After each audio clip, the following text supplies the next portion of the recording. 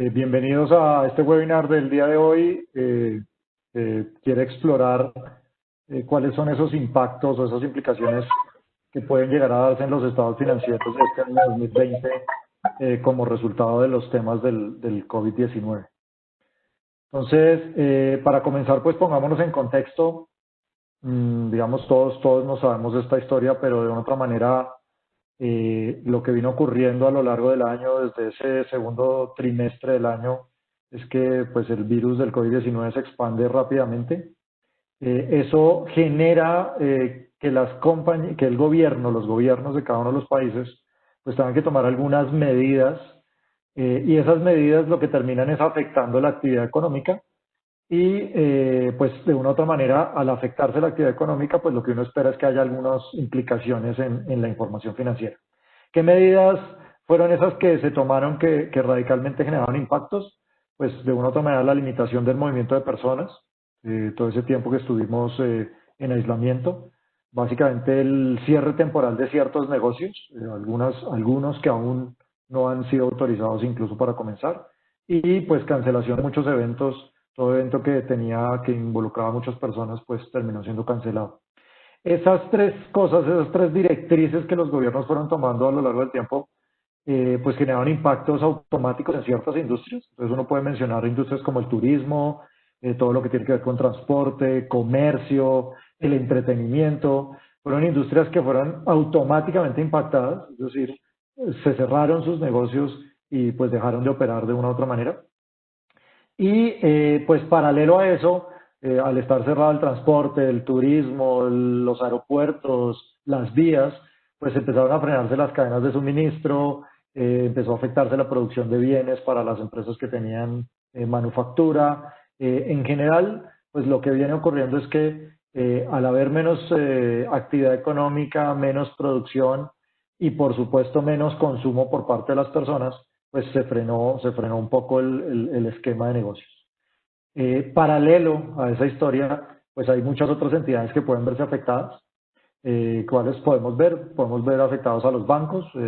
Básicamente los bancos hoy por hoy tienen colocados muchos recursos en el mercado y pues las entidades que tienen que pagar esos recursos pues están viendo afectadas sus operaciones, entonces pueden llegar a tener un impacto. Las aseguradoras, de una otra manera, si existían pólizas contra este tipo de situaciones, pues de una u otra manera se vieron afectadas las indemnizaciones, pero pues más allá de eso, la rentabilidad de los portafolios y todos los instrumentos que ellos poseen para cubrir los siniestros de sus asegurados, pues pueden verse afectados. Y pues, paralelo a los fondos de inversión, que de una u otra manera han puesto capitales en muchas entidades, y pues si empiezan a verse afectados los negocios, pues se van a ver afectadas ese tipo de entidades y por supuesto sus accionistas.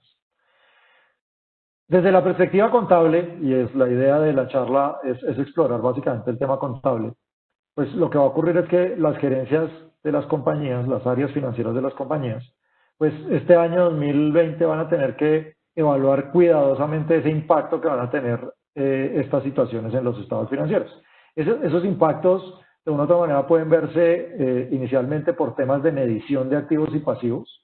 Es decir, si yo tengo activos en la contabilidad cuyo valor no va a ser recuperable en el futuro, pues voy a tener que hacer algunos reconocimientos de provisiones, deterioros, tengo que estar evaluando eso.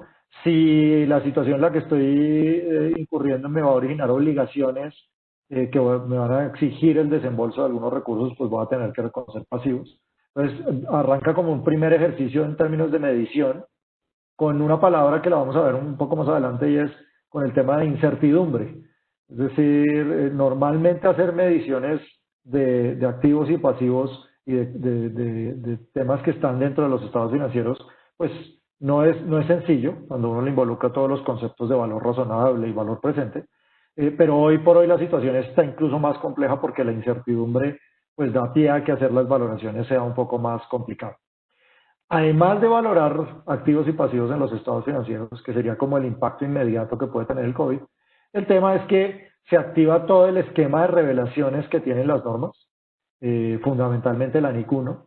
Es una norma muy diseñada a, si usted en los estados financieros está reconociendo cosas que se basaron en una estimación, es decir, que no son fácticas, sino que a futuro podrían llegar a cambiar por situaciones que se pueden plantear.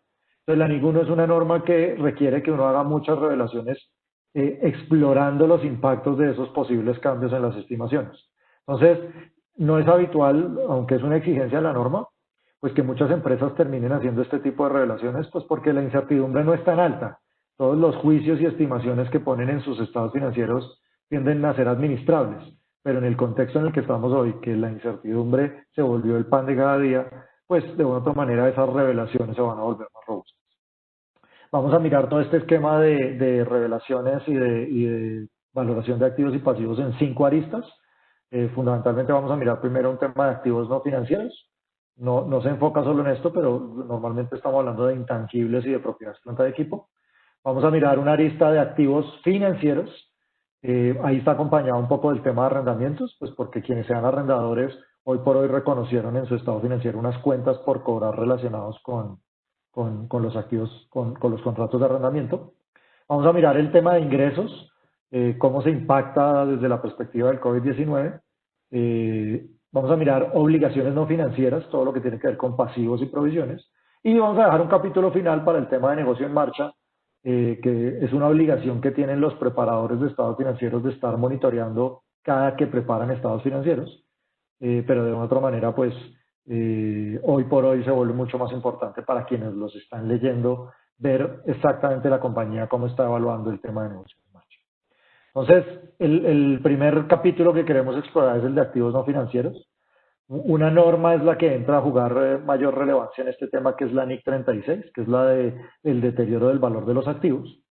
Fundamentalmente esa norma está abierta como en 2 grandes capítulos. Por un lado está el capítulo del goodwill y los intangibles de vida indefinida, digamos, ambos activos que tienen una particularidad y es que no se amortizan, simplemente están puestos en el balance. Y están todos los otros activos no monetarios de largo plazo, las propiedades planta de equipo y otros intangibles que sí se deprecian y se amortizan, es decir, van yéndose hacia el estado de resultados en la medida que se van utilizando. Y ahí básicamente la norma de entrada lo que dice es, cuando usted tiene un goodwill o intangibles de vida indefinida o intangibles que están en construcción, pues usted obligatoriamente tiene que evaluarlos por deterioro una vez al año. Entonces, todas aquellas compañías que tienen este tipo de activos en sus estados financieros, pues ha sido una rutina periódica cada año hacer esa revisión, ejecutar esos test de deterioro y evaluar la recuperabilidad del goodwill intangibles. Entonces, de una u otra manera tienen ese test. En los otros activos, las propiedades planta de equipo y los intangibles, la evaluación de deterioro solo se hace si hay un indicador de deterioro. Y, pues no nos llevan mentiras, es muy normal, o en los ejercicios anteriores, años anteriores, ha sido muy normal para las compañías que no existan indicadores de deterioro. Entonces, el año se cierra sin necesidad de ejecutar un test de deterioro. ¿Por qué no se ejecuta? Porque los activos que yo tengo no tienen ningún indicio de que pueda llegar a pasar algo en el futuro. Entonces, al aparecer todo este tema de la pandemia, pues ocurre algo que es bien particular para todos y es que aparece un indicador de deterioro del cual yo creo que va a ser muy difícil que alguien se libre. Es decir, todas las empresas están siendo afectadas de una u otra manera por el indicador de deterioro. ¿Y por qué decimos que están afectadas? Porque el indicador de deterioro, lo que dice según la NIC 36 es que en la economía en la que yo estoy operando está ocurriendo algo que impacta la economía. Entonces, para todos, aunque mi negocio esté funcionando muy bien, el problema es que yo funciono dentro de una economía que puede llegar a tener inconvenientes. Pues como ese indicador existe, pues se activó este año, en el año 2020, para la mayoría de empresas, todas las que tengan este tipo de activos, la necesidad de ejecutar los test de deterioro. Entonces, para quienes ya venían haciéndolos vía goodwill e intangibles, pues es una rutina más de estarlo haciendo, pero para todas aquellas empresas que no los habían hecho, pues hoy por hoy va a ser muy difícil escaparse del tema, van a tener que hacer los test de deterioro antes de cerrar el año. Incluso, como todo esto apareció desde el segundo trimestre del año, fue muy habitual o fue lógico ver en las compañías que en sus reportes trimestrales del año, cuando reportaron el primer trimestre, el segundo trimestre, el tercer trimestre del año, hicieron un alto en el camino y revisaron los test de deterioro. Aunque la norma dice hágalo anualmente para efectos de goodwill intangibles, pues obviamente como en los trimestrales se activó ese indicador de deterioro, muchos tuvieron que salir a ejecutar ese test y actualizarlo con información ya corriente. Cuando se hace ese test de deterioro, pues obviamente surgen unos retos fundamentales. El primer reto es que uno tiene que estimar los flujos de caja futuros. Los flujos de caja futuros incluyen tanto ingresos como costos. Entonces, eso en un ambiente normal económico, pues resulta ser una estimación muy típica. Es el presupuesto que toda compañía va generando. Algunos lo hacen anual, trianual, 5 años, 10 años. Es la planeación estratégica de las compañías. Y había sido un ejercicio normal con indicadores relativamente conocibles, indicadores que los analistas ponían sobre la mesa con relativa facilidad. Pero obviamente ahorita hacer la estimación de los flujos de caja se vuelve un reto más difícil, pues porque cuando uno entra al mercado y mira cuál es la estimación para el crecimiento del país, y resulta que encuentra uno entre los analistas análisis que dicen que vamos a decrecer el 7 y análisis que dicen que vamos a decrecer el 2. Entonces, las brechas en las variables que se utilizan para hacer las estimaciones futuras, pues están tan amplias, justamente por la incertidumbre, que era lo que decíamos antes, que eso ha generado que generar los flujos de caja se vuelva mucho más complejo. Entonces, las empresas han tenido que empezar a actualizar sus presupuestos. Ese presupuesto que hicieron el año pasado para operar durante el año 2020, y hoy se están dando cuenta que casi cada mes toca parar y volver a revisarlo y volver a revisitarlo para ver si realmente el presupuesto, cuánto es lo que va a dar el ejercicio. Eso genera un efecto en los test de deterioro que es bien particular, y es que uno normalmente cuando hace un test de deterioro solo mira un presupuesto y ese presupuesto es con el que hace todo el test de deterioro. Pero el problema es que como ahorita estamos en un escenario de incertidumbre, alta incertidumbre, pues resulta muy difícil decir que con solo el presupuesto que tengo ya puedo hacer mi test. La norma dice, necesito que a ese presupuesto que usted tiene le agregue las incertidumbres. Plantea varios métodos para hacer eso. Uno de los métodos es incorporar la incertidumbre en la tasa de descuento, la tasa con la cual voy a traer los valores futuros a valor presente. No es un método fácil porque incorporar este tipo de incertidumbres en la tasa pues no son cálculos sencillos. Con lo cual, el método favorito de la norma es, pues no hay nada que hacer, le va a tocar hacer múltiples escenarios. Entonces, lo que conocíamos en valoración y que lo hemos visto seguramente todos de el escenario optimista, el escenario moderado y el escenario pesimista. Entonces, la idea es que yo tengo que combinar todos los escenarios para poder llegar a la respuesta de cuál es el test de deterioro. Sea lo que sea, la matemática, el proceso, la información, los cálculos que hay que hacer, al final lo importante es que la gerencia, hoy por hoy más que nunca, tiene que asegurarse que los activos que tiene registrados en su contabilidad son recuperables en el futuro. Entonces, ese es un test que en una economía que está avanzando sin mayores problemas resulta solo una percepción de tranquilidad de la empresa. Pero hoy en la situación en la que estamos toca hacer un ejercicio muy juicioso para ver exactamente hacia futuro qué ingresos y qué gastos van a generar los activos para efectos de ver que el valor que está en esos libros se ha recuperado. Entonces toca hacer un cálculo puntual. Entonces la alerta en activos no financieros es la necesidad que surge hoy en día de tener que hacer el test de deterioro. Va a ser muy difícil evitar tener que hacer ese test de deterioro. Y al hacer el test de deterioro, que los cálculos que hay que aplicar para hacer el test de deterioro, pues son hoy en día un poco más complejos que lo que habitualmente lo hemos hecho. Unas alertas adicionales relacionadas con otros activos no financieros. El deterioro también cubre inversiones en asociadas, negocios conjuntos y subsidiarios. Entonces hay que monitorear igual y hacer los cálculos para ellas.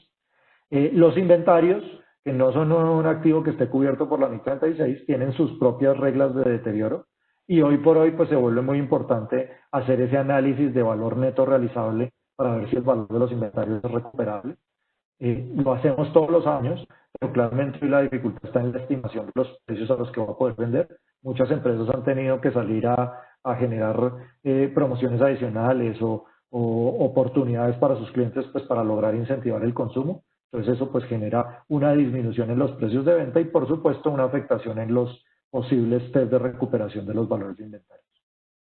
Importante, todas aquellas empresas que tienen procesos productivos, la norma dice que el proceso de costeo debe considerar los costos en capacidades normales de producción.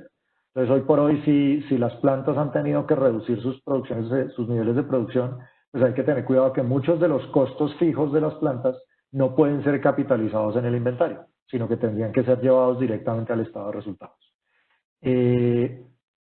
Una alerta fundamental es aquellos que utilizan método de depreciación de línea recta. La norma no permite que cuando un activo entra en un punto donde deja de operar, se detenga la depreciación. Es decir, si yo utilizo el método de línea recta, independientemente de que el activo se esté utilizando o no se esté utilizando, tengo que seguir aplicando depreciación. ¿Qué métodos no tienen que seguir aplicándose? Pues un método de unidades técnicas de producción o aquellos métodos que estén relacionados con el uso del activo más que con el paso del tiempo. Importante si estaban haciendo proyectos de construcción de activos, de creación de activos que la norma llama activos calificados, y estaban capitalizando intereses en esos activos, pues ahí entra la discusión de la NIC 23, donde me toca evaluar si durante el periodo de suspensión eran capitalizables o no los intereses. Entonces, unas alertas allá adicionales simplemente para evaluar en el tema. Por el lado de los activos financieros, digamos desde la perspectiva de la mayoría de empresas, pues esto está enfocado en las cuentas por cobrar. De todas maneras, pues afecta todo activo financiero que puedan tener las empresas, incluyendo activos de contrato que se han generado por NIF 15, incluyendo portafolios de inversiones, todo aquello que esté manejado a costo amortizado y que sea susceptible de aplicar el modelo de pérdida crediticia esperada. Entonces, ¿cuál es la paradoja aquí? El año pasado, en 2018, desde 2018, implementamos el nuevo modelo de deterioro de NIF 9, básicamente el que se conoce como pérdida crediticia esperada. Ese modelo, la particularidad que tiene es que no evalúa la situación como está en el punto del tiempo, sino que adicional a eso evalúa lo que puede llegar a pasar en el futuro. Entonces, la realidad que estamos viviendo es que si bien hoy por ahora puede haber una situación donde los clientes o los terceros que me deben a mí me siguen pagando, han continuado efectuando sus pagos, pueden haberse extendido un poco en los plazos, pero siguen cumpliendo sus obligaciones. El problema es que la probabilidad de que en el futuro puedan no hacerlo se ha aumentado. Entonces, cuando eso ocurre, el problema es que el modelo automáticamente incrementa los porcentajes de provisión, mete todas las variables futuras de lo que le puede pasar a la economía y el resultado lógico es que se aumenta la provisión de este tipo de instrumentos. Entonces las empresas van a tener que reconocer probablemente un incremento en esas provisiones de cartera. Lo cierto es que los modelos deberían estar preparados para actualizarse. No es tan fácil decir esa frase, es decir, todos habíamos hecho un modelo y ahora cuando llega el momento de incorporar cosas, pues se vuelve a veces complejo para muchas organizaciones. Lo cierto es que hoy en día hay que tener cuidado con los incrementos que puedan ocurrir en el riesgo de crédito, pues el riesgo de que los terceros incumplan está aumentando. El monto que está en riesgo puede ser afectado por varias cosas, porque yo tengo un cliente que me tenía una garantía, pero resulta que esa garantía que él tiene hoy en día perdió valor, entonces pues el monto que está expuesto de mi cartera es mucho más alto, entonces también se ve afectado el tema de deterioro. Y finalmente, la probabilidad de que un cliente, una vez entre el incumplimiento, no pague, pues hoy en día está aumentando por las mismas razones que hemos indicado y eso hace que la provisión de cartera pues tienda a incrementarse. Yo creo que el mensaje fundamental aquí es la expectativa de las normas de provisión de instrumentos financieros, de activos financieros, es que incluso cuando uno espere que los terceros le vayan a pagar, el hecho de que ellos se vayan a tomar más tiempo para pagar ya debería tener un impacto en la provisión de deterioro. Entonces, solo pensar en eso lo hace a uno entender que probablemente vaya a tener que incorporar provisiones adicionales antes del cierre del año, simplemente para reflejar el riesgo de que las pérdidas crediticias esperadas pues se incrementen en el futuro. En algún punto del tiempo el gobierno le solicitó a muchas entidades que apoyaran a sus clientes. Digamos que se enfocó como en dos sectores, el sector de los servicios públicos y el sector financiero. Entonces, en ese proceso de apoyo a los clientes se generaron lo que muchos conocimos como alivios. Entonces, la cuota de este mes no la pagues, te la difiero a futuro sin intereses. En servicios públicos, la factura del mes de abril no hay necesidad que la pague, se va a diferir en 36 cuotas los próximos 3 años. Entonces, esos beneficios, pues obviamente como uno aplica el método del interés efectivo, generan una modificación en las cuentas por cobrar y requieren un reflejo automático en los estados financieros. Yo tengo que recalcular el valor presente de esos instrumentos financieros y compararlo contra el valor en libros, y si tengo una diferencia tengo que registrar el diferencial. Entonces hubo ese tema para muchas entidades, muchos tuvieron que reconocer ese tipo de impactos. En algunos casos los compensaron vía algún tipo de subsidio del gobierno, que simplemente compensaba el efecto en el estado de resultados. Solo ocurrió pues para sectores muy particulares. En la perspectiva del reconocimiento de ingresos, digamos que el principio general es el ingreso se vio impactado de manera directa, pues para quienes les tocó detener sus ventas, quienes vieron una reducción en su volumen de ventas, pues automáticamente vieron el impacto en los estados financieros. Es decir, se reconoció de manera natural. No tocó hacer esfuerzos adicionales, sino simplemente si no había ventas o si las ventas bajaron, pues los ingresos automáticamente bajaron. Sin embargo, pues hay que estar pendientes de un par de cosas. La primera cosa es la definición de contrato en NIF 15 se fundamenta en 5 elementos, pero uno de esos elementos es estar seguro que mi cliente, mi contraparte, tiene la capacidad de pagarme. Entonces, normalmente en una economía que no tiene problemas, pues esa capacidad se da por sentada. Es decir, si yo me siento, analizo al cliente, lo evalúe, tiene capacidad de crédito, pues de una u otra manera él me va a pagar lo que yo le cobre en ese contrato. Pero hoy con la situación que tenemos, la pregunta es si están apareciendo terceros que su situación sea tan compleja que la posibilidad de que paguen sea más baja. El tema de eso es que la norma llega a un punto donde dice, si eso se da, usted no tiene un contrato. El problema es que en ese caso los ingresos pasan a reconocerse vía caja. No se pueden reconocer vía lo que llamamos en Colombia causación, sino que tienen que reconocerse vía caja porque no hay un contrato. Al no existir un contrato, el reconocimiento no se puede dar por los métodos de reconocimiento habituales. Entonces es una cosa a evaluar y tener muy en cuenta. Y en paralelo, uno de los pasos de la NIF 15 para evaluar el reconocimiento de ingresos es la estimación del ingreso, el ingreso del contrato. Entonces, un ejemplo muy común en eso es, yo le vendo a los clientes y si en el año me compran un volumen de tanto, yo le hago un descuento, los famosos descuentos por volumen.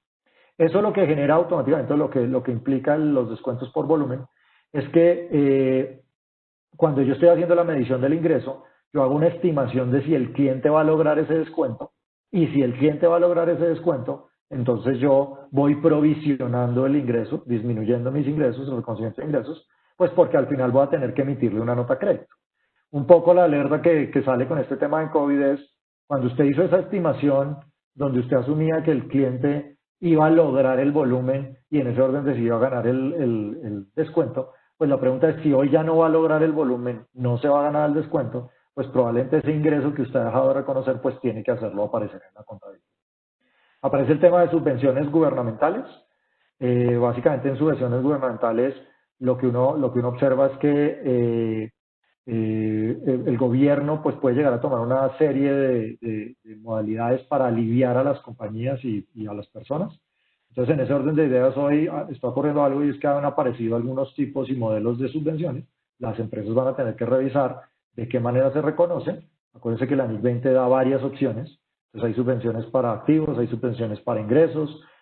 Algunas se pueden registrar como un ingreso o se pueden registrar como una disminución de gastos. Entonces, hay que evaluar muy bien las políticas, hay que mirar qué política voy a tomar para poder hacer el reflejo de todos esos temas. Una subvención bien particular que existe en la norma y que se vino dando en ciertas compañías fue el tema de los créditos con tasas blandas. Esos créditos con tasas blandas que otorga el gobierno o entidades gubernamentales son un tipo de subvención que tiene un manejo particular que está explicado en la NIC 20. Entonces también hay que estar pendiente de cómo se registra. Por el lado de las obligaciones no financieras, digamos, la norma que uno generalmente enfoca automáticamente es la NIC 37 de provisiones, pasivos contingentes y activos contingentes. Entonces, 3 alertas fundamentales. La primera es desde el lado de las provisiones es las acciones que estén tomando las administraciones, en principio, solo generan obligaciones, solo generan reconocimiento de provisiones si yo generé una obligación hacia futuro. Pero yo no puedo provisionar pérdidas futuras. Entonces, esa es como la alerta que hay que tener cuidado, pues todos estamos empezando a ver que los siguientes meses en la operación normal puedo llegar a tener puedo llegar a tener pérdidas. Entonces la norma lo que previene es que yo no puedo de una vez provisionar esas pérdidas futuras. Eso está prohibido. Yo solo puedo crear provisiones si tengo una obligación presente, si existe la obligación presente. A raíz de todo este tema de pandemia, se activa un capítulo que es poco usado de la NIC 37, que es el capítulo de los costos onerosos. Básicamente son costos que son inevitables para ejecutar un contrato. Entonces, la pregunta ahorita es si yo estoy teniendo algún tipo de contrato en el que yo igual voy a tener que ejecutar el contrato, incurrir en unos costos, pero al final no voy a obtener beneficios, y en ese orden de ideas, pues lo que tengo es unas pérdidas. Entonces, en ese caso, la norma entra y dice, allá hay que hacer una provisión, tiene que provisionar el menor valor entre lo que le tocaría pagar para salirse del contrato y la pérdida que está obteniendo. Y una alerta que pues nunca sobra, mucho cuidado con los activos contingentes. Entonces el hecho de que yo tenga una póliza de seguro que me cubre sobre tal tema, y hoy se está dando toda la situación y empecé a hacer las reclamaciones al seguro, pues no me da derecho a reconocer el activo o la cuenta por cobrar, sino hasta el momento en que la aseguradora me apruebe el tema. Entonces hay que tener cuidado porque no necesariamente hoy se activó ese reconocimiento, hay que esperar a tener certeza para poder hacer el reconocimiento. Alertas adicionales en relación con pasivos, pues mucho cuidado con los temas de beneficios a empleados. Cualquier cosa que se pueda activar en temas de beneficios a empleados, pues por todo este tema de salud, beneficios que tuviese la compañía otorgados de salud, los procesos de reestructuración. Entonces, todo eso que se están adelantando a nivel empresarial que pudiese tener un impacto, pues tendrá un reconocimiento particular este año. En los impuestos diferidos, la alerta que existe es mucho cuidado con los impuestos diferidos activos. Recuerden que para poder registrar un impuesto diferido activo en la contabilidad, yo tengo que poder demostrar su recuperabilidad en el futuro.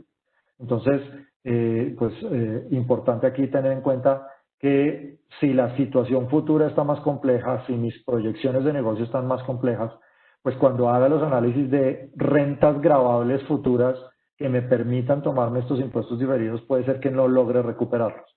Entonces, todos aquellos que tenían impuestos diferidos por pérdidas fiscales. Yo tenía ese impuesto diferido básicamente porque lo esperaba recuperarlo en el año tal y en el año tal. Pero si hoy mis proyecciones futuras no me permiten generar renta para eso, pues yo debería quitar el impuesto diferido de la contabilidad. Un capítulo muy particular de revelaciones, todo el tema de covenants. Básicamente se pueden generar incumplimientos por los convenios que no tienen préstamos, y eso exige revelaciones particulares, adicional a la clasificación de corriente y no corriente de las deudas, que se puede activar un tema de tener que pasar a corriente toda una deuda por un incumplimiento de un convenio. Y para cerrar, y vamos con preguntas, Pablito, para que me ayudes y vayas mirándolas y organizándolas para mirarlas. El tema de negocio en marcha es una obligación de los preparadores de información financiera, y es cuando usted está cerrando sus estados financieros, siempre tiene que responderse una pregunta, y es si el negocio va a seguir operando más allá de 12 meses. Si usted responde a esa pregunta que sí, usted prepara sus estados financieros siguiendo el marco contable de las normas que tenemos aplicables en Colombia. El tema es, hoy en día, pues esa revisión toca estarla haciendo con más permanente, mucho más exhaustiva. Toca involucrar probablemente expertos externos, toca involucrar información del gobierno, información de especialistas, de analistas, de tal manera que uno pueda hacer un análisis adecuado de cómo puede ser el tema de negocio en marcha. Lo importante aquí a ratificar es que el único evento posterior que podría llegar a tener impactos en los estados financieros que yo estoy preparando es el evento de negocio en marcha. Si yo en algún momento me doy cuenta que dejo de ser un negocio en marcha, tengo que abandonar la aplicación de las normas contables y me toca empezar a aplicar las normas de activos netos en liquidación, que en Colombia existen. Hay una norma particular para eso, entonces hay que estarla mirando. Hoy por hoy, en todos los temas que vimos, pues lo que se vuelve una constante es que toca hacer revelaciones puntuales. Pues la mayoría de empresas van a optar por incluir una nota donde expliquen todos los impactos del COVID, y entendamos que impactos no es solo ingresos o gastos o activos o pasivos que yo cambie en el balance, sino impactos es todo este análisis que yo acabo de describir. Si yo tuve que hacer un test de deterioro para validar que un activo, su valor es correcto o no es correcto, no dio deterioro, no quiere decir que no tenga que hacer nada. Al final, en mi estado financiero tengo que colocar la información del resultado del test de deterioro. Si yo evalué el negocio en marcha y para evaluar el negocio en marcha consideré premisas, puntos temas, información, yo tengo que en mis estados financieros escribir y revelar cómo hice el análisis de negocio en marcha. Si evalué pasivos, si evalué activos financieros, cada cosa y cada evaluación que tuve que hacer adicional, independientemente del impacto, pues yo voy a tener que mostrarla en el estado financiero con una particularidad, y es que la norma lo que espera es que yo haga una sensibilidad. Es decir, como muchas de esas cifras están basadas en estimaciones, yo voy a tener que hacer sensibilidades, pues porque como la incertidumbre futura es tan alta, el lector de estado financiero lo que está esperando es que yo le diga, si la provisión de cartera, los porcentajes de provisión se incrementasen en un X%, o si la inflación subiera en tanto, o si el desempleo se aumentara en tanto, mi provisión de cartera cambiaría en tanto. Si la tasa de cambio se disminuyera, se aumentara en el futuro, la generación de ingresos por exportación sería más alta o más baja y el efecto en mis test de deterioro de activos no financieros sería de tanto. Entonces toca empezar a incluir en los estados financieros revelaciones sobre esas sensibilidades de mis estimaciones contables. Bueno, hasta ahí el tema teórico. Paolita, vamos, cuéntame un poquitico qué preguntas han salido y las vamos respondiendo. Vale, perfecto. Hemos tenido varias preguntas. Muchas gracias por su participación. Vamos a tratar si el tiempo nos da, de responderlas todas. Entonces te voy a leer las preguntas, Javier, y dice, buenos días. Puntualmente en la NIF 16, arrendamientos, ¿cómo se maneja el cambio de valor presente de los contratos si cambió la tasa de interés y los valores de arrendamientos? Es decir, el valor de la obligación y el activo cambió con respecto a la activación del año 2019.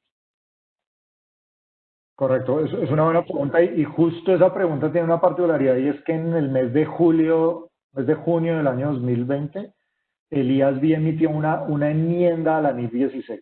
Entonces, esa enmienda aún no la hemos incorporado a la norma contable, con lo cual, pues teóricamente no la podemos usar aún, pero hay una alta probabilidad de que antes de terminar el año sea incorporada. Entonces, pongámoslo en perspectiva básica, y es, cuando arrendador y arrendatario se sientan y renegocian el contrato de arrendamiento, fundamentalmente lo que ocurre es que la norma hace una pregunta y es si eso que se está cambiando es una modificación o no es una modificación. Si es una modificación de contrato, entonces la norma lo que dice es usted tiene que recalcular el pasivo y el ajuste que le haga al pasivo lo tiene que hacer en el activo. ¿Listo? Entonces cambian tanto el activo como el pasivo. Pero si lo que usted acaba de acordar con el arrendador no es una modificación, lo que dice la norma es usted tiene que recalcular el pasivo, pero el efecto, en lugar de impactar en el activo, tiene que impactar en el estado de resultados. La enmienda que sacó el IASB lo que dijo es, si los temas de ajuste, de cambios en los contratos están relacionados con COVID, que es una de las razones para cambiar el contrato, es que cambien los precios de mercado, están relacionados con COVID, yo le permito que usted no evalúe si el cambio es o no es una modificación, sino que automáticamente usted lo registre directo al estado de resultados como si fuera una no modificación. Entonces, en el ámbito perfecto esto debería funcionar así, sin la enmienda. Si el arrendador y el arrendatario se sentaron, le quedan 5 años al arriendo, y lo que hicieron hoy fue decir, de aquí en adelante, por los próximos 5 años, vamos a cambiar el canon y lo vamos a disminuir. Eso indudablemente es un cambio que impactó todo el contrato, que modificó todos los cánones del contrato y que de una otra manera sería una modificación. Al ser una modificación, yo por eso es que recalculo el pasivo y recalculo el activo y ajusto los dos valores. Pero cuando lo que tengo es que me llamó el arrendador y yo le pedí algo de ayuda y me dijo, listo, hagamos una cosa, le condono los cánones de abril y mayo. Entonces ahí, si uno se va a la realidad, eso no fue una modificación, no está cambiando el contrato. Lo que ocurrió realmente es que me condonaron un par de meses de cánones. Entonces en ese orden de ideas, eso no sería una modificación y el impacto iría a pedir. Entonces esperemos a ver si en Colombia, si incorporamos la enmienda, el Consejo Técnico la evaluó y yo creería, si no la metieron ya en algún decreto, ya la van a meter antes de cerrar el año. Lo que le permitiría a uno es hacer con toda tranquilidad esos cambios en los arriendos, llevarlos directamente al estado de resultados. Dale, Paulita. Vale, la segunda pregunta es, si una empresa en el sector de retail y sus tiendas cesaron operación por la pandemia y su método de depreciación es línea recta, entonces se debió realizar el proceso de depreciación normal por los meses en que las tiendas cesaron operación. Sí, correcto. Digamos, nosotros en Colombia creo que éramos de los pocos países que tenía esto, pero como nuestras normas contables anteriores eran muy basadas en lo tributario, entonces pues nosotros sí en nuestra norma contable teníamos una regla que decía que si en algún momento el activo dejaba de usarse por un mantenimiento prolongado, por un proceso de X, yo detenía la depreciación. La lógica detrás de eso era, como no estaba generando ingresos, pues tampoco debería tener derecho a generar gastos para efectos de renta. El tema en IFRS es que la depreciación no es un problema del uso del activo, es simplemente un problema del consumo de los beneficios del activo. Entonces, sí, lamentablemente, si yo tengo un método de línea recta, la norma no permite detener el método de depreciación. E incluso en un escenario donde yo lo que tengo es un cierre de mis operaciones, pues el problema que tengo es que ya me aparece el tema del test de deterioro. Adicional a tener que estar cargando la depreciación, me toca ir a revisar si el test de deterioro me puede dar incluso un menor valor en el activo para provisionar. Dale, Pablito, vamos con la siguiente. Listo, dice, ¿qué pasará con el beneficio sobre el pago de pensión y el reconocimiento de los clientes en su contabilidad? Es irónico, pero el fallo, el anuncio de fallo salió hace casi 2 meses y aún no tenemos la certeza. Pero a ver, en estricto sentido, lo que ocurrió es las empresas sale el decreto, por efectos de eso toman la decisión de no hacer los pagos de unos aportes de pensiones sustentados en el decreto, lo cual les reduce su gasto. Sin embargo, después sale la Corte y tumba el decreto, entonces automáticamente se genera la obligación para las empresas de hacer los pagos. Ahorita estamos en un limbo lamentable de no sabemos de qué manera se van a hacer los pagos, pero inevitablemente ya lo que sabemos es que toca hacerlos. Entonces, hoy, si antes del cierre del año, esperemos que no ocurra esto, no hay una claridad sobre cómo va a funcionar ese pago, yo creo que para las empresas va a ser inevitable tener que dejar provisionado algo. Es decir, el evento que originó mi obligación ocurrió en los meses de mayo y junio, de abril y mayo, que fue el hecho de que los empleados prestaran sus servicios y había que hacer unos aportes a la seguridad social. Entonces, ese evento ya ocurrió. Hoy por hoy yo tengo que hacer mi mejor estimación de cómo espero que me toque pagar ese dinero. Entonces, yo creo que lo mínimo es pensar que me va a tocar salir a pagarlo al día siguiente que digan.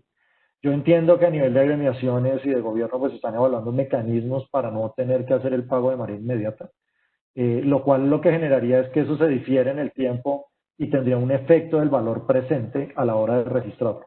Pero mientras no haya certeza de eso, pues uno lo que pensaría es en el escenario más básico, y el escenario más básico es tener que reflejar esa provisión contra un gasto en el estado de resultados. Vamos, Paulita, vámonos con la siguiente. Perfecto, dice, en el caso de activos de extracción de hidrocarburos, donde los flujos futuros de ingreso en la etapa de exploración aún no han sido determinados, no se planteaba deterioro bajo este sistema. ¿Cambia algo con el panorama de COVID? Sí, digamos, una de las paradojas de la NIC 36 es que cubre muchos activos, pero exceptúa varios. Uno de los que exceptúa pues es todo lo que tiene que ver con exploración. En principio, el hecho de que no estuviese cubierto por la NIC 36 no quería decir que no tuviese que yo estar evaluando la recuperabilidad de ese activo permanentemente. Entonces, yo tengo que seguir haciendo los análisis. El escenario de COVID lo que crea es un escenario que en ciertas industrias, pues lo que está terminando afectando es mi capacidad de recuperar los activos que yo tengo. Entonces, yo creo que es inevitable entrar, lamentablemente, en esa pregunta, responder que, claro, hay que hacer un análisis más exigente. Tengo que evaluar si realmente tengo recuperabilidad sobre ese activo y sobre esa base, pues proceder a hacer las provisiones que correspondan. Pero sí, es un tema excluido del alcance de la NIC 36. Dale, Paulita. Listo, dice, puntualmente en la NIF 16, ahí está, creo que ya la leímos, Sí, ya. La pregunta es, ¿cómo se manejaría el tema de contratos onerosos en negocios que por medidas del COVID-19 operan bajo pérdidas? Sí, puntualmente la norma, que es la NIC 37, lo que dicen contratos onerosos es, cuando usted detecta un contrato por el cual usted va a generar pérdidas en el futuro, entonces usted tiene que determinar los dos montos. Tiene que determinar el monto de las posibles pérdidas que va a generar y el monto de lo que le valdría la indemnización de dar por terminado el contrato, salirse del contrato. La norma para y dice, esos dos montos los compara y el que sea menor, usted reconoce una provisión en sus estados financieros. Es un poco paradójico porque muchas veces decimos, bueno, pero yo no voy a salir a cancelar el contrato. El menor valor es la indemnización en lugar de dar por terminar el contrato en lugar de las pérdidas. Yo no voy a salir a cancelar el contrato, pues yo debería provisionar las pérdidas. Pero la norma lo que dijo es, no, usted provisiona el escenario inferior en ese cálculo. El que le dé menor valor es el que usted va a provisionar. Básicamente, la lógica que sigue eso es, pues en lógicas de negocio, usted siempre va a hacer lo que más le convenga. Pues por eso su provisión solo llega hasta ahí. Así lo que vaya a hacer sea lo contrario. Pues no se impacta eso. Dale, Paulita. Listo. ¿Cuál sería la mejor forma de calcular la tasa de incertidumbre? Sí, digamos, es un método que la verdad uno no está tan familiarizado ni frecuentemente usado, que es el de que cojo todos mis flujos futuros y ahora en la tasa de descuento incorporo riesgos adicionales. Entonces, pues la manera lógica de hacerlo es cuando uno construye la tasa de descuento usa algún método. El más usado en test de deterioro es usar el WACC. Entonces, cuando uno entra a la fórmula del WACC, pues lo que descubre es que hay ahí una serie de variables que le ayudan a incorporar riesgos. Entonces, ¿cuál es el riesgo país? Entonces, hoy en día el riesgo país aumentó. ¿Cuál es la prima de riesgo de tamaño de negocio? Entonces, normalmente se trabaja con un beta de tanto, pero hoy seguramente toca incrementar el beta para incorporar riesgos que no se están viendo del futuro. Y así, digamos que cada una de esas variables que está dentro del cálculo de la tasa WACC, pues yo tengo que empezar a sensibilizarlo. Entonces, si dentro de mi cálculo del WACC tengo incorporado la tasa de interés, yo tengo que evaluar escenarios donde las tasas de interés de mercado pueden subir. Entonces, la tasa de interés que tengo hoy es la mía, que es el X%, pero resulta que en el mercado se ve una posibilidad de que las tasas suban un punto o bajen un punto, y en ese momento que hacen esos cambios, me toca entrar a sensibilizar la variable con la que calculé la tasa de esto. Normalmente, y por eso digo, el modelo más usado no es el de aplicárselo a la tasa, porque la tasa pues se vuelve un escenario difícil, sino que la mayoría optamos es por usar el de múltiples modelos. Entonces hice el modelo optimista, el moderado, el pesimista, le puse una ponderación, un peso a cada uno de esos modelos, y saco un promedio ponderado para poder determinar cuánto es el valor recuperado. Dale, Paulita, ¿tenemos alguna otra pregunta? Sí, dice, aparte de la enmienda de 2016, ¿se espera que se pueda incorporar también otro cambio normativo dentro del marco? Yo tengo que serles sincero, nosotros en algún momento evaluamos a nivel de expertos en Colombia el tema de la enmienda y pues siempre nos sonó un poco extraño de crear una norma que por una situación particular de economía abriera una posibilidad de hacer algo que no estaba en la norma. La verdad es raro que lo hayan hecho. No hay más, no vienen en este momento más borradores ni se están discutiendo más temas para que lo hagan. Pero abrió una puerta muy extraña y es, bueno, hoy fue el COVID, pero mañana puede ser un volcán como lo que le ocurrió a Europa hace algunos años, o puede ser un tsunami en tal sitio. Entonces la pregunta es si cuando ese tipo de cosas ocurran, entonces voy a tener que entrar a hacer Hola, cosas Dani. que están Dame en un contra de segundo, la me norma. desconecto de esto. Ya. Entonces, pues eso es una rareza, no vienen más enmiendas, no están programadas, obviamente no son libres de sacarlas. Fue muy extraña esta enmienda, entendemos que fue por un tema de crear una facilidad de procedimiento más que otra cosa, sin mayor riesgo, pero sí, suena raro a que se hagan incorporaciones adicionales. Y no se puede extender a otros temas, es decir, la enmienda quedó solo para el tema de 2016. Dale, Paulita, no sé si tienes alguna otra.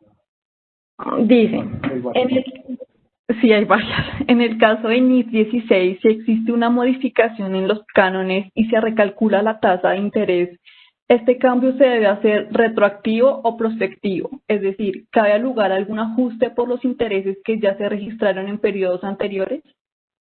Sí, no, la respuesta es no. La modificación tiene efecto desde el día de la modificación en adelante. Entonces, el procedimiento que estableció la norma es, si usted llega a la conclusión de que hay una modificación, pues usted coge su pasivo, lo recalcula con las variables actuales y el ajuste que le haga a ese pasivo se lo hace al activo. No se devuelve a mirar qué pasó en la depreciación, no se devuelve a mirar qué pasó en los gastos por intereses, sencillamente es un efecto prospectivo el tema de modificaciones. Hoy por hoy, con la enmienda, como este tipo de cambios podrían no verse como una modificación, sino como una no modificación, pues lo que sí puede llegar a ocurrir es que en lugar de afectar el activo, yo afecte directamente el estado de resultados. Entonces, ahí tendría la compensación que supongo que quien está haciendo la pregunta está pensando. Yo tenía un gasto de intereses muy alto, pero hoy con el arreglo que hice con mi arrendador, pues ese gasto se me bajó, pues eso se va a ver reflejado cuando yo incorpore ese ingreso a la contabilidad. Dale, Paulita. Siguiente. Dicen, teniendo en cuenta que las empresas agrícolas no han tenido mayor impacto por temas del COVID, nos gustaría saber si ustedes tienen alguna recomendación o han evaluado algún cambio en este sector. Sí, en estricto sentido, claramente es una industria que por obvias razones, que es primera necesidad, no se detuvo, al contrario, creo que todo el mundo pues trató de incentivarlo para que siguiera funcionando. Yo creo que el impacto que es automático es que es una industria que cuando tiene activos biológicos, su contabilidad está fundamentada en el valor razonable de los activos biológicos. Entonces, el tema es que el valor razonable es una estimación y al ser una estimación, pues está sujeta a variables en la estimación. Entonces, el impacto que uno ve aquí automáticamente es que los valores razonables pueden llegar a cambiar, a verse impactados, porque las variables futuras que se incorporan a los cálculos de valor razonable son diferentes. Esa es un poco la razón por la cual el activo biológico no está en la NIC 36, porque como se mide a valor razonable, pues automáticamente se corrige cada que se corrigen los precios. Hoy, para ser sincero, cuando yo haga ese valor razonable de los activos biológicos, seguramente voy a tener que escribir en mis reportes el grado de incertidumbre que yo veo en las variables que utilicé para la valoración. Es decir, como voy a tener que incorporar variables que están tan difusas en los análisis de mercado, pues probablemente va a tener que ser muy claro en, yo estoy trabajando con una variable X, esa variable podría cambiar en este rango y los impactos si cambiara ese rango serían de tanto. Entonces habría una revelación. La industria de activos biológicos, desde el 2016, incorporó el concepto de plantas productoras. Entonces, para aquellos que tienen plantas productoras, que son activos fijos, esos sí están bajo la lupa del test de deterioro y a ellos tendría que uno hacerle el test de deterioro. Obviamente entiendo que la pregunta va es, quizás si la industria agrícola es capaz de decir que no hay un indicador de deterioro. Yo vuelvo y digo, va a ser difícil porque la NIC 36 dice que un indicador de deterioro no es que yo esté mal, es que la economía donde yo esté mal. Y aquí el problema de los activos biológicos es que aunque sean para exportación, pues el problema es que en este momento todas las economías del mundo están afectadas. Entonces, no importa dónde vaya a llevar yo mis productos, pues todo el mundo tiene problemas. Entonces, pues va a ser bastante difícil evitar en plantas productoras tener que hacer listas de deterioro. Vámonos con la siguiente, Paulita. Dicen, ¿qué diferencias o menores labores aplica para NIF pymes en materia de los test de deterioro? Bueno, mi expertise no es tanto. Cada que me preguntan de pymes, me toca llevar la norma de pymes para tratar de acordarme. Pero yo pondría sobre la mesa algo muy básico y es, no importa si estoy hablando de la NIF plena o de la NIF de pymes, el concepto básico de la contabilidad es que yo en la contabilidad tengo que tener unos activos que sean recuperables en el futuro. En el momento en el que yo detecte que un activo no es recuperable, más allá del método, lo que hacen las NIF plenas o las pymes es crear unas metodologías para hacer el cálculo. Pero realmente esto es un esfuerzo de gerencia y de compañía por entender si todas esas inversiones que hicieron que les permitieron construir unos activos hoy en el negocio que tienen, en el futuro que tienen previsible, en lo que están viendo en el negocio son recuperables. Y pues si uno lo que observa es que tiene un problema de recuperación, pues debería acudir a lo que las normas hacen, que es crear las provisiones que correspondan. Pues porque ese no es un impacto del futuro, ese es un impacto de lo que ocurrió hoy y que toca reflejar en el estado financiero. Pues esa es la que voy viendo, para puntualizarla bien, probablemente en algún comunicado lo haremos. Dale, Paulita. Vale, dice, si la empresa ha venido creciendo en sus ventas y ajustadas a su presupuesto y no ha sido afectado por el COVID, ¿se debe realizar el test de deterioro de sus activos? Sí, era un poco lo que respondía en el escenario anterior y es, la pregunta anterior, la anterior a la anterior que respondimos, pero a ver, el tema es cuando uno lee los indicadores de deterioro que plantea la NIC 36, vuelvo y digo, hay uno que lo que dice es que ha habido cambios en la economía, que hay afectaciones en la economía. Entonces, puede ser que el negocio hoy esté funcionando muy, muy bien, que sus ingresos estén llegando mucho mejor. Pero la pregunta es si la economía va a estar tan mal en el futuro que por más que yo soy un negocio que se mantuvo y que tal, los que van a estar afectados son mis clientes. Entonces, hoy mis clientes han venido comprándome, la economía siguió ayudándoles a ellos para que me compraran. Pero la pregunta es si empiezan mucha gente a quedarse desempleada, si empieza a haber recortes, si empieza, entonces eso va a empezar a afectar mi negocio de una otra manera. Entonces, suena hoy difícil desvirtuar el indicador, pero claramente si la empresa logra demostrar que aún con el indicador que existe, los niveles de generación de ingresos han aumentado, han mejorado frente a lo que tenía en el pasado, es lo que suena difícil en estos momentos, pues yo creo que uno sí sería capaz de argumentar y defender que no tiene el indicador. El problema que creo es que hoy las empresas han logrado mantenerse, han tenido negocios, pero sus proyecciones, incluso en el mejor de los casos, muestran una baja. Entonces el indicador de deterioro persiste y eso es lo que hace que tenga que hacer la evaluación. Bueno, vale, Paulita. Perfecto. Con la última y cerramos para cerrar justo a tiempo. Dime. Sí, señor. Es de obligatoriedad mostrar en el estado de resultados del 2020 los gastos relacionados por el COVID-19, es decir, en la presentación del estado. No hay que, la NIC 1 dice que uno puede abrir categorías en el estado de resultados, puede abrir renglones independientes para mostrar cosas particulares. Pero todo depende del método que yo utilice. Entonces, acuérdense que uno puede preparar el estado de resultados por el método de función o por el método de naturaleza. Entonces, si lo hago por el método de función, pues claramente un concepto COVID no cabe por función. En función es costos, gastos administrativos, gastos de ventas y distribución. Si lo hago por naturaleza, no descarto la posibilidad de que uno cuando llegue al estado de resultados, pues pueda llegar incluso a mostrar un renglón gastos de nómina, depreciaciones, efectos COVID. No lo descarto como una lógica. Incluso en el método de función, cuando llegue a las notas de abrir un renglón específico para hacerlo.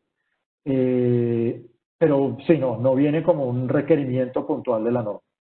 Yo creo que la mayoría vamos a terminar mostrando nuestros gastos por el nombre que son, es decir, nómina es nómina, servicios es servicios, todos por la naturaleza de su gasto, pero claramente en alguna revelación vamos a decir, y en algunas empresas tendrán que decir cosas como, por efectos del COVID, hemos tenido que incurrir en mayores gastos para atender los protocolos de bioseguridad de tanto. Esos gastos están incluidos dentro del rubro de servicios. En lugar de abrirles una categoría independiente, va a haber una revelación que los agrupe y los explique todos. Al final, cualquier método que uno trate de utilizar para mostrarlo debería ser válido. Yo no creo que haya una restricción detrás. Pero no hay necesidad de abrir un renglón independiente. Bueno, Pablita, yo creo que se nos quedaron algunas. Vamos a ver si logramos en algún momento evacuarlas a quienes las hicieron. Yo quiero cerrar porque pues tenemos el tiempo exacto. Muy amables por su participación, por su asistencia, por sus buenas preguntas. Se nos viene un cierre de año bien extraño. No se dejen coger la noche, anticipen todos estos temas, trabajen en todos estos temas, abran todos esos frentes, ayúdense, asesórense y pues vamos a tener un cierre que esperemos sea eficiente para todos y sin mayores problemas. Muchas gracias. Un gusto haber estado con ustedes y pues que tengan un resto de día muy bueno y una buena buen resto de semana. Vale, muchas gracias a todos por su asistencia. Les decimos que entre hoy y mañana les van a llegar a sus correos las memorias del evento. La grabación del webinar la podrán encontrar el día de mañana en horas de la tarde en la página web, en nuestra página web. Adicional, queremos invitarlos a nuestro próximo webinar que se va a realizar el 5 de noviembre acerca de la incertidumbre frente a los tratamientos del impuesto a las ganancias, CINIF 23.